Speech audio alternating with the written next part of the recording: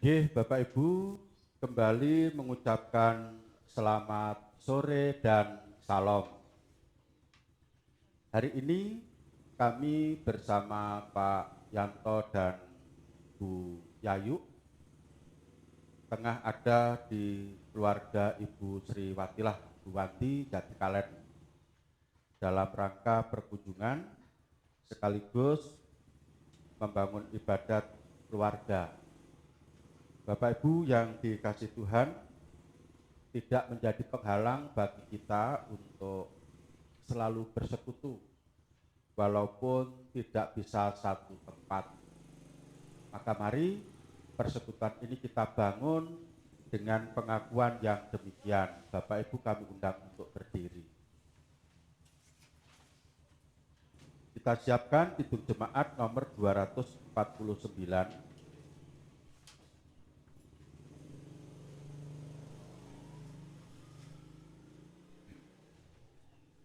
Mari kita mengaku dan berjanji yang demikian.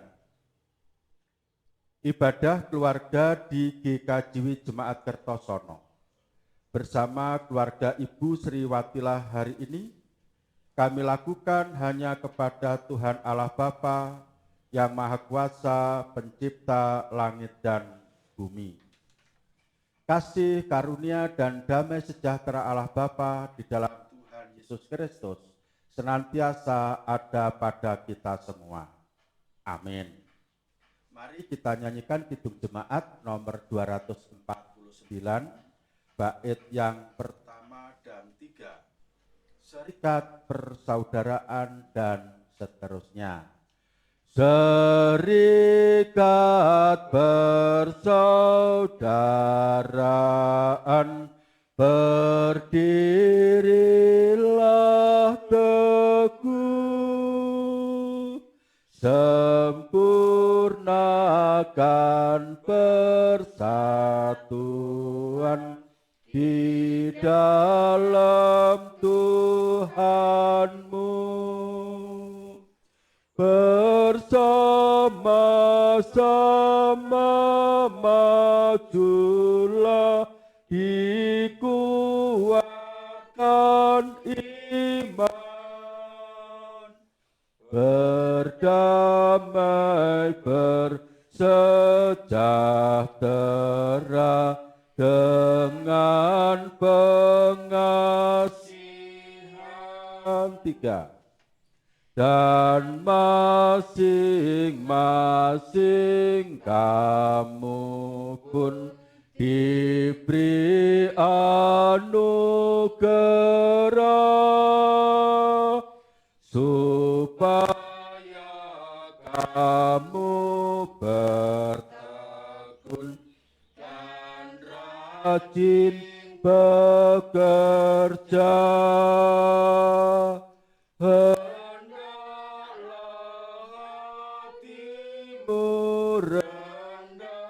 Tahu Tuhan berpesan,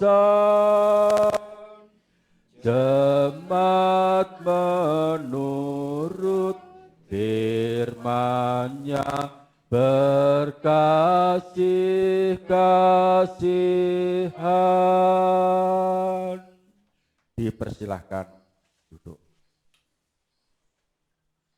Kita masuk di dalam doa untuk menyiapkan hati guna menerima firman Tuhan yang sekaligus akan kita renungkan bersama. Perlu dipersiapkan lebih dulu bagian dari Kisah Para Rasul pasal 2. Kisah Para Rasul pasal 2 nanti dibaca mulai ayat 37 sampai 47. Mari kita berdoa. Kami bersyukur kepada Tuhan. Sore hari ini kami dapat berjumpa, berkunjung kepada keluarga Ibu Sri Watilah di Jatikalen ini. Betapa kami bangga bila kami bisa saling berjumpa seperti ini dengan teman-teman kami yang lain pula. Namun karena situasi belum memungkinkan, kami membangunnya tetap dari rumah kami masing-masing. Itu tidak menjadi penghalang bagi kami untuk mengalami perjumpaan, terlebih perjumpaan dengan Tuhan. Dan saatnya kami dalam perjumpaan ini akan menerima pengajaran Tuhan. Ajarlah kami Tuhan dengan firman-Mu. Melalui pemberita, kiranya Tuhan memberikan kuasa, hingga kami yang mendengarkan pun dapat memahami, mengerti, hingga dapat melakukan. Dalam nama Tuhan Yesus Kristus kami berdoa. Amin. Kisah Para Rasul pasal 2 ayat 37 sampai 47. Saya baca yang demikian Bapak Ibu. Ketika mereka mendengar hal itu, hati mereka sangat terharu. Lalu mereka bertanya kepada Petrus dan rasul-rasul yang lain, apakah yang harus kami perbuat, saudara-saudara? Jawab Petrus kepada mereka, bertobatlah dan hendaklah kamu masing-masing memberi dirimu dibaptis dalam nama Yesus Kristus untuk pengampunan dosamu. Maka kamu akan menerima karunia Roh Kudus. Sebab bagi kamulah janji itu, dan bagi anak-anakmu, dan bagi orang yang masih jauh, yaitu sebanyak yang akan dipanggil oleh Tuhan Allah kita. Dan dengan perkataan dan dengan banyak perkataan lain lagi, ia memberi suatu kesaksian yang sungguh-sungguh, dan ia mengecam dan menasihati mereka. Katanya, berilah dirimu diselamatkan dari angkatan yang jahat ini. Orang-orang yang menerima perkataannya itu memberi diri dibaptis, dan pada hari itu jumlah mereka bertambah kira-kira 3.000 jiwa. Mereka bertekun dalam pengajaran rasul-rasul dan dalam persekutuan. Dan mereka selalu berkumpul untuk memecahkan roti dan berdoa. Maka ketakutanlah mereka semua, sedang rasul-rasul itu mengadakan banyak mujizat dan tanda. Dan semua orang yang telah menjadi percaya tetap bersatu, dan segala kepunyaan mereka adalah kepunyaan bersama. Dan selalu ada dari mereka yang menjual harta miliknya, lalu membagi-bagikannya kepada semua orang, sesuai dengan keperluan masing-masing. Dengan bertekun dan dengan sehati mereka berkumpul tiap-tiap hari dalam bait Allah. Mereka memecahkan roti di rumah masing-masing secara bergilir dan makan bersama-sama dengan gembira dan dengan tulus hati, sambil memuji Allah. Dan mereka disukai semua orang, dan tiap-tiap hari Tuhan menambah jumlah mereka dengan orang yang diselamatkan.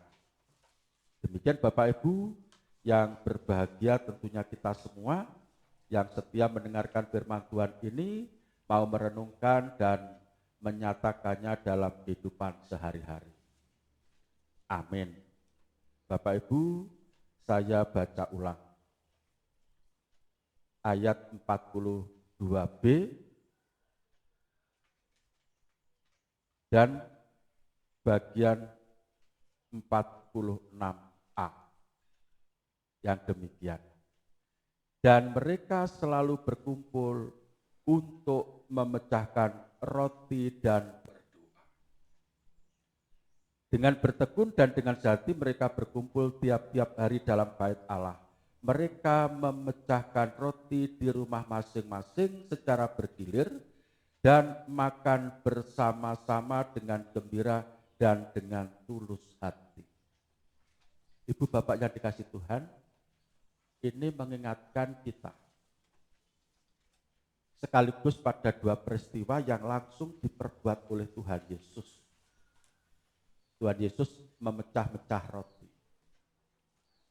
Yang pertama itu dalam cerita yang sama tetapi dalam waktu dan tempat mungkin yang berbeda, Tuhan Yesus memberi makan 5.000 orang dan 4.000 orang. Masing-masing dengan ikan dan roti.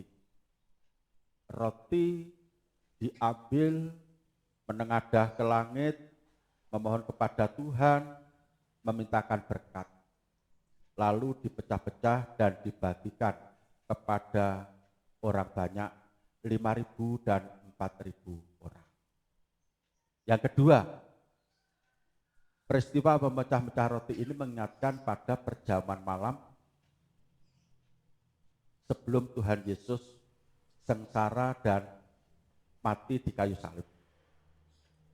Bersama para murid mengadakan perjamuan malam, mengambil fasilitas roti untuk dimakan bersama dan anggur untuk diminum bersama. Itu paling tidak, Bapak Ibu. Nah, kejadian di Yerusalem ini persis serupa. Oleh karena itu baik kalau kita sejenak untuk menyelidiki, mencermati. Kira-kira apa yang menghubungkan antara cerita yang ditulis oleh Matius tentang memberi makan 5.000 orang itu dengan kenyataan di Yerusalem di depan rasul-rasul, juga di dalam kehidupan sehari-hari jemaat perdana tentang memecah-mecah roti ini. Mari Ibu Bapak kita ingat sejenak. Pada saat Tuhan Yesus bertanya kepada para murid dengan keraguannya, ada berapa atau ada makanan apa padamu? Yang ada pada kami hanya 5 roti dan 2 ikan. Begitu kan? Hanya 5 roti dan 2 ikan.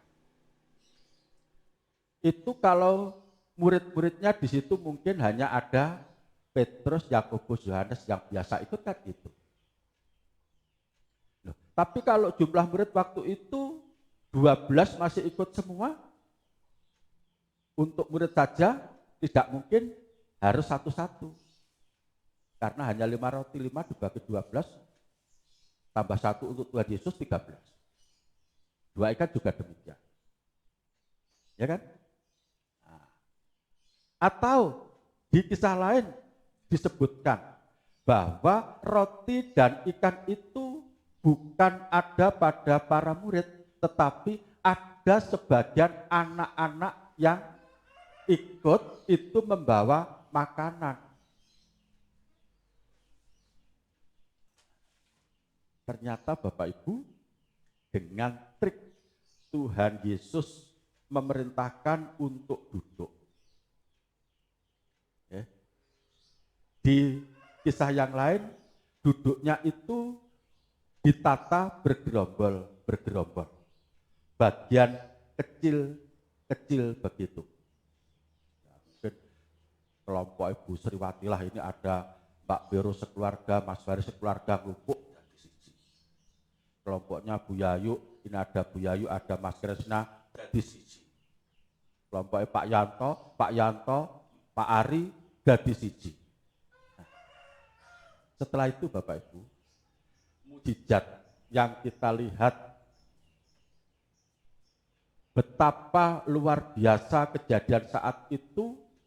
Hanya dengan beberapa roti dan beberapa ikan membuat mereka makan kenyang dan masih ada sisa 12 bakul. Niku kira-kira nalar napa mboten?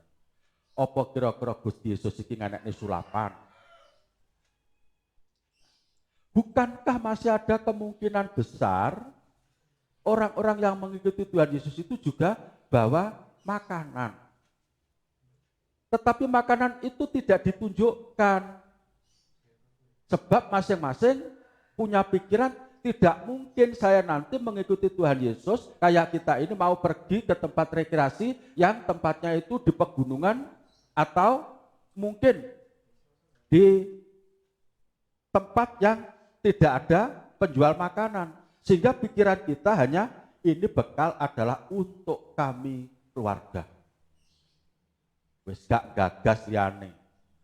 Nek anak liyane ora mangan, pikirane lho, apa ya ora mikir nyandi ya kuwi nek arepe lunga ya kudu bontot.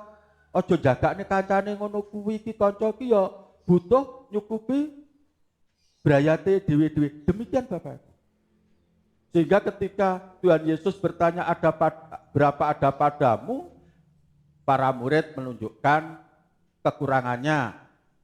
Yang lain ya diem dengan dalih sesungguhnya ada, tapi nanti kalau saya buka sekarang, saya ngomong ada, nanti gimana? Ya kalau yang lain juga membawa, kalau tidak, aku sendiri kan masih kurang. Demikian Bapak Ibu. Sifat individualis, egois itu tampak sekali di sana.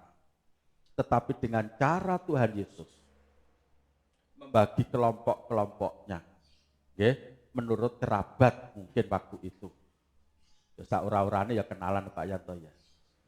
Jadi belum kumpul kan plek-plekan ngono, aku tak kumpul Mas Yosa, Mas Arsa, plekku kae gak penak kumpul liyane riku aku. Begitu. Lah bareng wis plek-pleke dhewe-dhewe gak riku ngetokne pangan sing digembol. Waktu itu kan pakai baju kebesaran semua. Maksudnya bajunya gede-gede gitu loh. Jadi ini digembol kaspe tulung glondong ngono ora ketok. Iya toh, tangga loro iki gak berapa ora ketok bedengkol. Lah begitu kumpul kecil-kecil, mereka semua bisa membuka dan dimakan bersama. Itu memunculkan ide dengan penataan seperti itu. Itu yang pertama, Bapak Ibu. Bahwa apa yang terjadi di Yerusalem di jemaat perdana itu juga secara langsung menunjukkan karya Tuhan Yesus. Peristiwa kematian dan kebangkitannya itu mengubah pola pikir, pola kehidupan orang-orang yang memang menerima dia dan percaya. Memang cerita ini diawali dengan keprihatinan. Luar biasa Bapak. Kata-kata Petrus yang menohok apa kira-kira? Bahwa sesungguhnya orang yang engkau bunuh itulah sesungguhnya yang menyelamatkan kamu. Jadi atine keronto-ronto. Maka mendengar ucapan Petrus, kesaksian Petrus seperti itu, mereka langsung merasa bahwa dirinya selama ini sudah bersalah. Bertanyalah mereka, lalu apa yang harus saya perbuat saudara-saudara? Petrus dengan tegas mengatakan, bertobatlah dan berilah dirimu untuk dibaptis. Sehingga suasana kekeluargaan, kebersamaan yang terjadi di jemaat perdana di Yerusalem itu tidak lain adalah dampak dari baptisan yang artinya karya Roh Kudus itu mulai bekerja. Dibarengi dengan pertobatan, pengakuan akan apa yang selama ini sudah mereka lakukan adalah yang salah. Dengan demikian, peristiwa yang terjadi yang menakjubkan di jemaat perdana dengan membagi-bagi roti, kemudian ada hati penuh solidaritas bahwa tidak jarang mereka ini menjual harta miliknya untuk dibagi-bagi sesuai dengan keperluan mereka masing-masing. Ya sekilas memang ceritanya Bapak Ibu tidak bisa dipungkiri kalau mengapa mereka berkumpul seperti itu. tiap-tiap hari, tiap-tiap malam berkumpul secara bergilir. Karena merasa takut, untuk menyikapi rasa takut kepada tentara-tentara Romawi, maka dia yang percaya kepada Tuhan Yesus itu berkumpul bersama. Itu tidak bisa dipungkiri.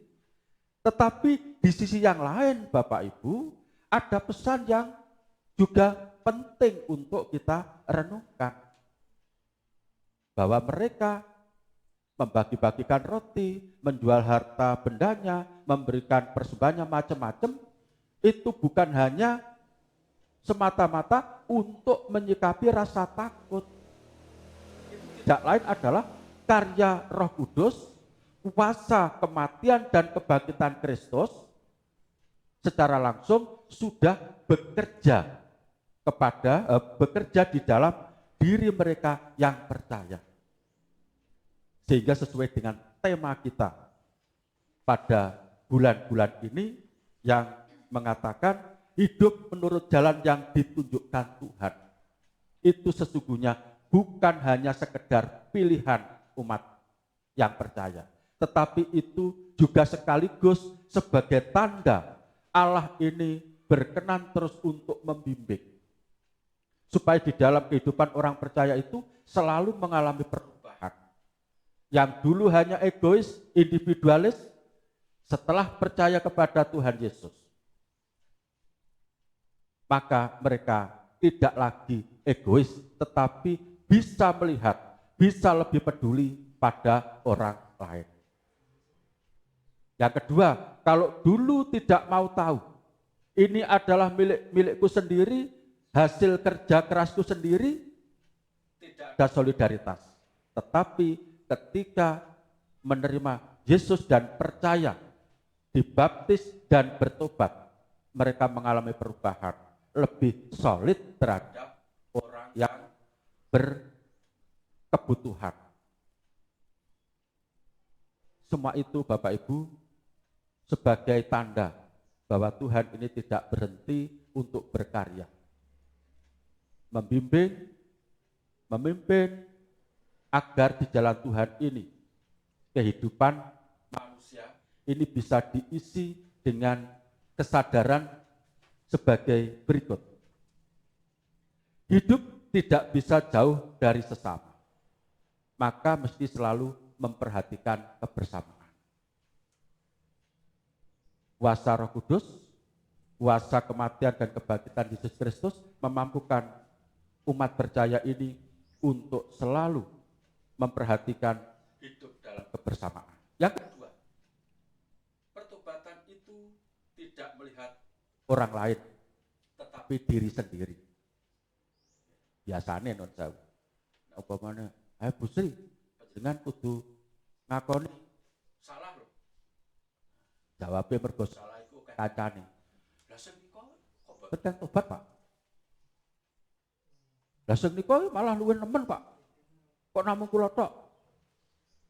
Nah, ini artinya baru mau mengakui kesalahan dan sadar ketika orang yang lain itu tidak ada yang bisa menyamai atau menandingi. Tapi nek enek sing madani biasane rumangsa ora salah, iku wis lumrah. Baptis sebagai tanda penyerahan diri nyata pengaruhnya bagi perubahan hati dan pikiran. Maka Bapak Ibu, kita bersyukur dalam Tuhan Yesus Kristus kita sudah diperkenalkan karya-karya Allah yang besar, dan kita yakin bahwa dengan pertobatan kita, pengakuan kita kepada Tuhan Yesus akan mengubah pola pikir, pola hidup, suara hati untuk lebih berkenan kepada Tuhan. Tuhan memberkati. Amin. Mari kita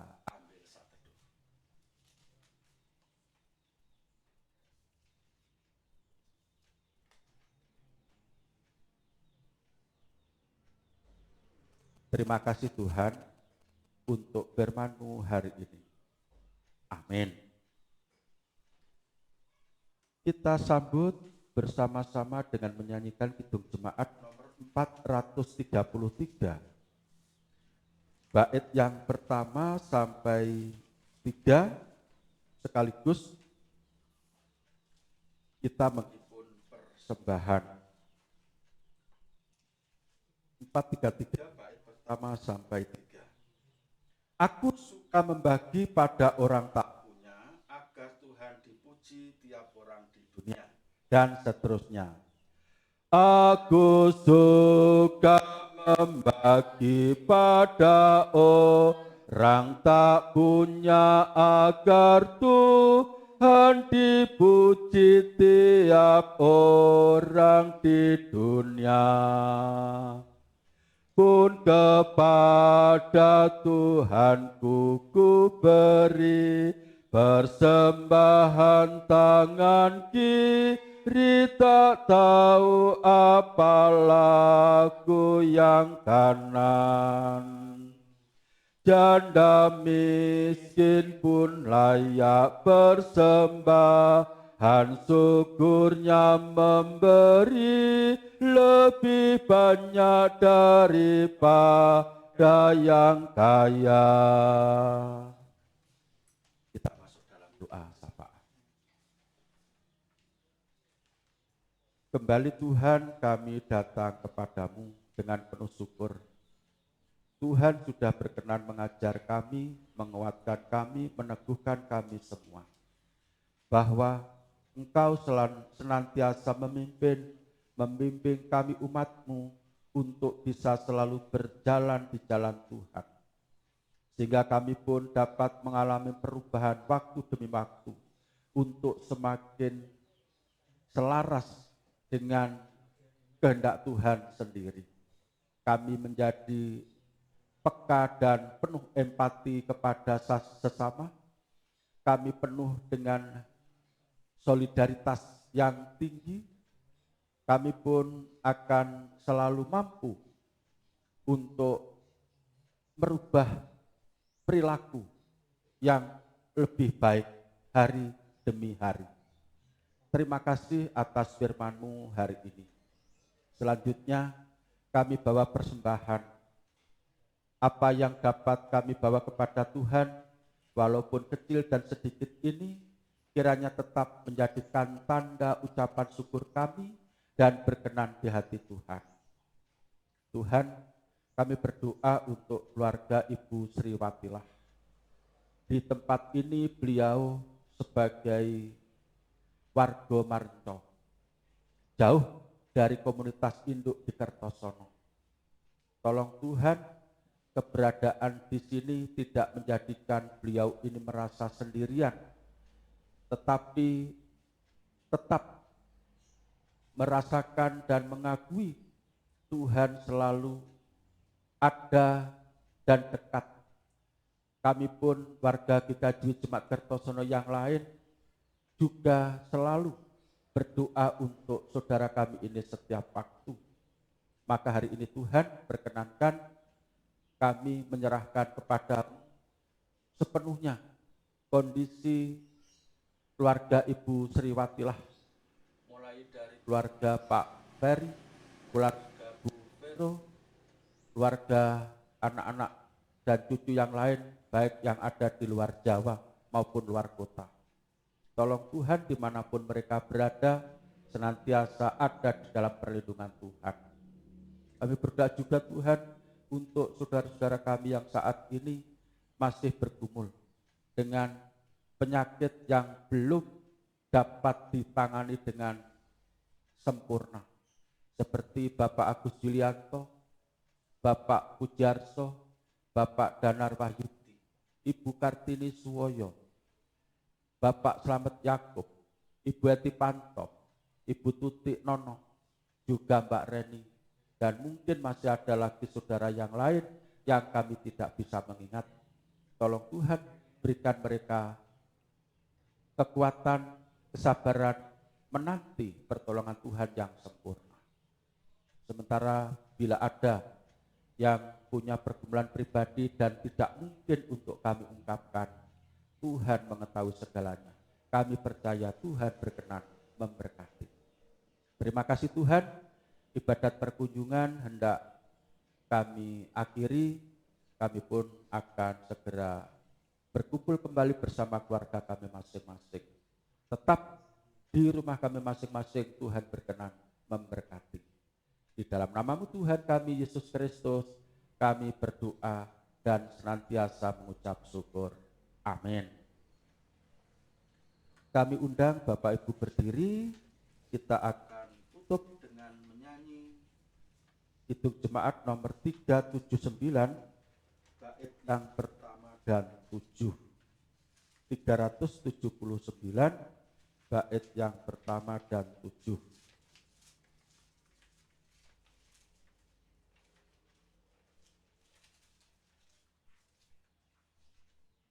Yang mau dibimbing oleh Tuhan dan yang berharap taati. Bait pertama dan 7 nomor 379. Yang mau dibimbing oleh Tuhan. Yang mau dibimbing oleh Tuhan dan yang berharap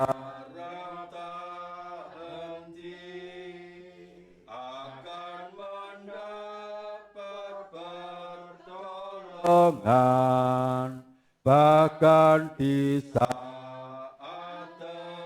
terpedih, Tuhanlah dasar imannya, bukanlah pasir alasnya.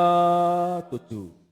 Tetaplah kau di jalan Tuhan, setia dalam tugasmu, dengan berkat yang tak berkurang, dibaruinya hidupmu, yang kepadanya berserah, ditinggalkan olehnya. Mari kita undur dari ibadat ini dengan berkat Tuhan melalui hambanya yang dicurahkan demikian. Kasih, karunia, dan damai sejahtera Allah Bapa di dalam Tuhan Yesus Kristus melalui persekutuan Roh Kudus senantiasa memberkati saudaraku semua, terlebih keluarga Ibu Sriwatilah hari ini kekal selamanya. Amin. Dipersilahkan duduk. Demikian Bapak Ibu, akhirnya mengucapkan selamat kembali menikmati berkumpul bersama keluarga, berbagi kasih. Selamat malam, Tuhan memberkati.